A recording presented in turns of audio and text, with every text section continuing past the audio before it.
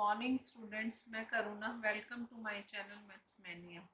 Last video में मैंने आपको ट्रांसवर्सल लाइन के इंट्रोडक्शन के बारे में बताया था। आज की वीडियो में मैं आपको एक्सरसाइज 5.2 का क्वेश्चन नंबर 1 और 2 करवाने जा रही हूँ। क्वेश्चन नंबर 1 है state the property that is used in each of the following statements. तो इसमें हमें बताना है कि कौन सी प्रॉपर्टी यूज हो रही है। जैसे फर्स्ट पार्ट है, if A parallel to B then angle 1 is equal to angle 5। अगर ए और बी पैरेलल हैं तो एंगल 1 और एंगल 5 है इक्वल। तो कौन सी प्रॉपर्टी है कि एंगल 1 एंगल 5 के इक्वल होगा। तो इसके अंदर अगर मैं आपको ये अलग से एक फिगर बना के बताऊं,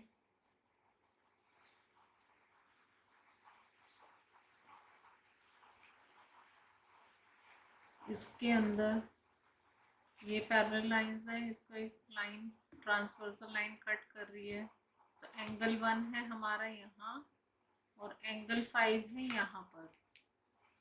तो एंगल 1 और एंगल 5 इक्वल होंगे क्योंकि ये कॉरेस्पॉन्डिंग एंगल है। कॉरेस्पॉन्डिंग एंगल में मैंने आपको बताया था कि एक तो एक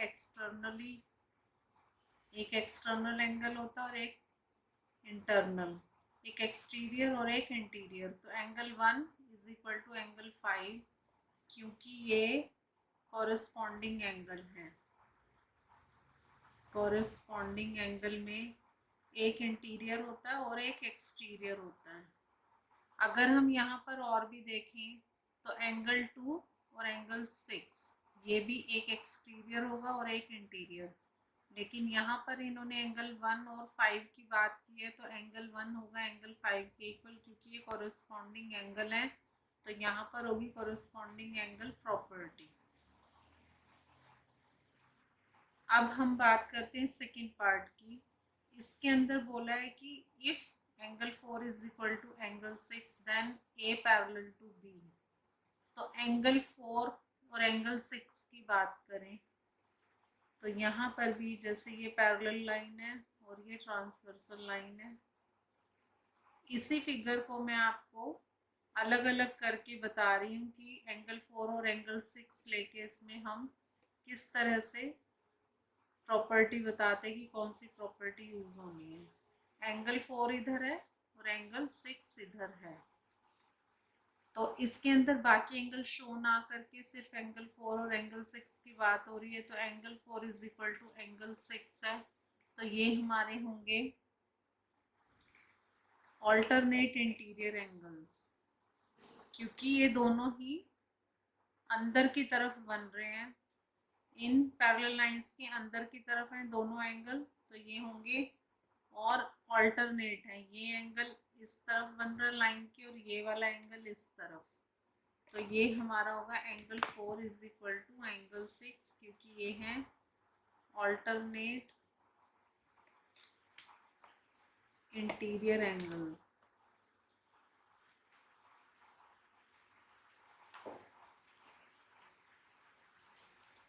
अगर हम यहाँ पर और भी देखें तो एंगल 3 और एंगल 5 ये भी हमारे ऑल्टरनेट इंटीरियर एंगल्स हैं। अगर हम यहाँ पर लिखें, अगर एंगल 3 और एंगल 5 की बात होगी तो ये भी हमारे होंगे ऑल्टरनेट इंटीरियर एंगल्स।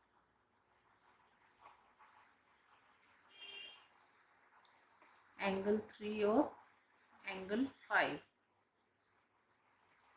यहाँ पर भी कॉरेस्पॉन्डिंग एंगल 1 और 5 था, 2 और 6 भी कॉरेस्पॉन्डिंग होंगे। और अगर फिर एक इंटीरियर और एक एक्सटीरियर की बात करें तो एंगल 4, एंगल 7, एंगल 3 और एंगल 8। तो ये सभी कॉरेस्पॉन्डिंग एंगल है। यहाँ पर एंगल 1 और 5 की बात हुई है तो ये हमारा कॉरेस्पॉन्डिंग एंगल प्रॉपर्टी है। तो ये भी ऑल्टरनेट इंटीरियर एंगल्स प्रॉपर्टी है। ये मैंने आपको लास्ट वीडियो में भी करवाया था, तो आज ये क्वेश्चंस में अप्लाई हो रहा है। If angle 4 plus angle 5 is equal to 180 degree then A parallel to B. अगर एंगल 4 प्लस एंगल 5 हमने पढ़ा है कि interior angles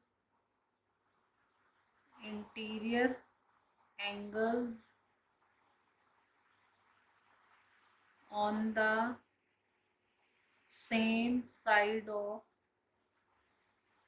a transversal line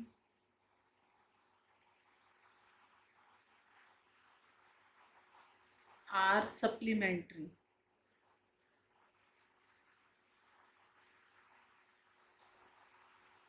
तो एंगल 4 और एंगल 5 की अगर हम बात करें,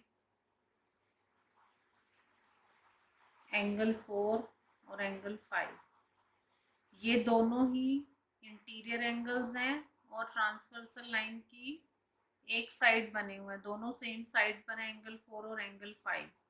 जब इस तरह से एंगल होते हैं तो उनका सम होता है 180 डिग्री। तो इस तरह से हम कह सकते हैं कि एंगल 4 और एंगल 5 का जो सम होगा 180 डिग्री होगा और ये सप्लीमेंट्री एंगल्स होंगे, क्योंकि सप्लीमेंट्री एंगल्स का भी सम होता है 180 डिग्री। उसी तरह से अगर हम एंगल 3 और एंगल 6 देखें तो ये भी सेम साइड पर बन रहे हैं और दोनों ही इंटीरियर एंगल्स हैं, तो इनका सम भी 180 डिग्री होगा, या हम इनको कह सकते हैं कि ये भी सप्लीमेंट्री एंगल होंगे, एंगल 3 और एंगल 6। तो हम कह सकते हैं कि पैरेलल लाइंस जब एक ट्रांसवर्सल लाइन के सेम साइड पर जो एंगल बनते हैं उनका 180 डिग्री होगा, तो ये लाइंस जो हैं ये पैरेलल होंगी। अब हम करते हैं क्वेश्चन नंबर 2। क्वेश्चन नंबर 2 में दिया in the adjoining figure identify 1 2 3 4 5 6 7 8 angle बने हुए हैं। तो इसमें हमें बताना है the pairs of corresponding angles. अभी मैंने आपको इस क्वेश्चन में भी बताया था, कॉरेस्पॉन्डिंग एंगल में एक एक्सटीरियर होता है और एक इंटीरियर होता है। तो इसके अंदर हमें पेयर बताने हैं कि कौन से पेयर हैं जो कॉरेस्पॉन्डिंग एंगल हैं। तो एक एक्सटीरियर और एक इंटीरियर इन corresponding angle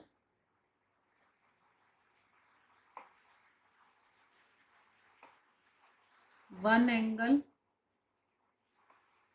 exterior and other interior angle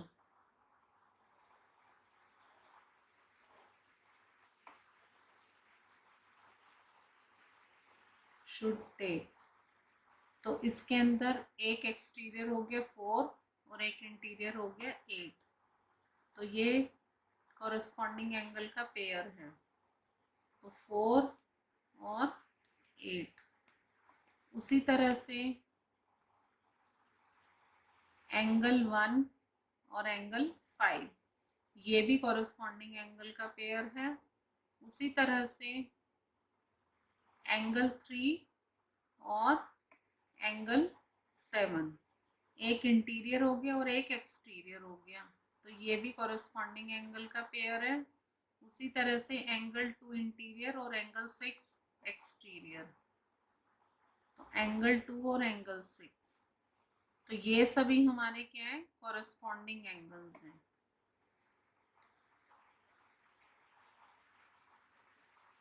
बस इसमें ये ध्यान देना है कि एक एंगल एक्सटीरियर हो और एक इंटीरियर हो, तो वो हमारे कॉरेस्पॉन्डिंग एंगल्स हो जाएंगे। अब सेकंड पार्ट है the pairs of alternate interior angles. अगर हम इस फिगर को यहाँ पर बनाएं इस तरह से, सेम फिगर है ए और बी। अब मैं यहाँ पर सिर्फ ऑल्टरनेट इंटीरियर एंगल्स को ही शो करूँगी। तो इंटीरियर एंगल्स हमारे कौन से हैं, एंगल 3 है, एंगल 2 है, एंगल 8 है और एंगल 5 है। जो अंदर की तरफ बन रहे लाइन के ये हमारे इंटीरियर एंगल्स हैं, और ऑल्टरनेट हो गया एंगल 3 और एंगल 5।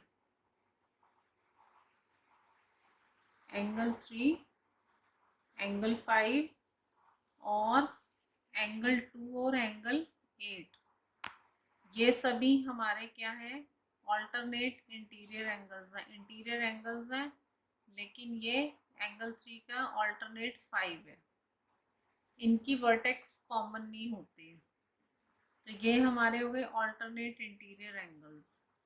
अब हमारी अगला है the pairs of interior angles on the same side of the transversal.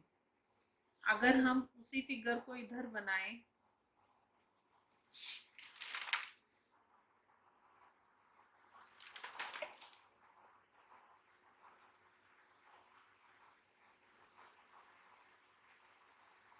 The pairs of interior angles on the same side of the transversal line.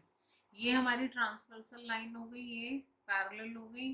अब जो इंटीरियर में एंगल्स बने हुए हैं सेम साइड पर, अब हमारे इंटीरियर्स में सेम साइड पर 3 और 8 हैं। यहाँ पर था एंगल 3, यहाँ था एंगल 8, यहाँ था एंगल 2, यहाँ था एंगल 5। तो सेम साइड पे इंटीरियर एंगल्स कौन से हैं? इंटीरियर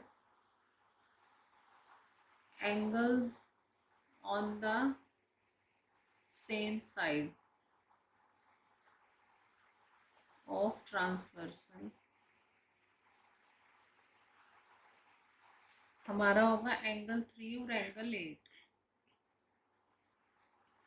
और एंगल 2 और एंगल 5, क्योंकि ये हमारे ट्रांसवर्सल लाइन के सेम साइड पे 3 और 8 बना हुआ है, और दूसरी साइड सेम साइड है 2 और 5 एंगल बने हुए हैं। तो ये हमारे हो गए pairs of interior angles on the same side of transversal. अब हमारा है द वर्टिकली ऑपोजिट एंगल्स।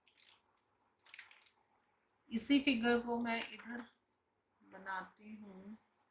ये हमारी पैरेलल लाइन हो गई, ये ट्रांसवर्सल लाइन हो गई, और इसके एंगल कौन से हैं? 1, 2,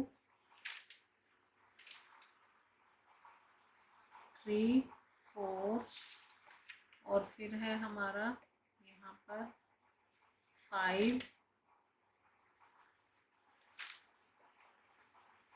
6, 7, 8।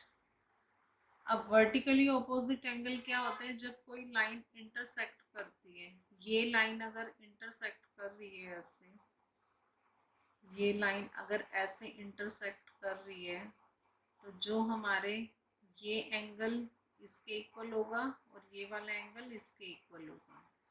तो जो एक दूसरे के ऑपोजिट एंगल्स हैं वो वर्टिकली ऑपोजिट एंगल होंगे। ये वाला एंगल इसके इक्वल, ये एंगल इसके इक्वल। तो एंगल 2 है, यहाँ एंगल 4 है, एंगल 1 और एंगल 3। तो ये वर्टिकली ऑपोजिट एंगल है। एंगल 2 वर्टिकली ऑपोजिट है एंगल 4 के, और एंगल 1 है एंगल 3 के वर्टिकली ऑपोजिट। उसी तरह से अब हम नीचे वाली जो लाइन है, अगर हम इसको दिखाते हैं, ये इंटरसेक्ट कर रही है, यहाँ पर एंगल 5 था, यहाँ एंगल 8 है, यहाँ 6 है, और यहाँ पर 7।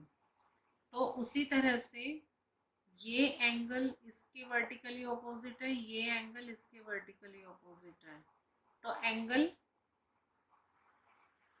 5 है एंगल 7 का वर्टिकली ऑपोजिट, और एंगल 6 है एंगल 8 का वर्टिकली ऑपोजिट।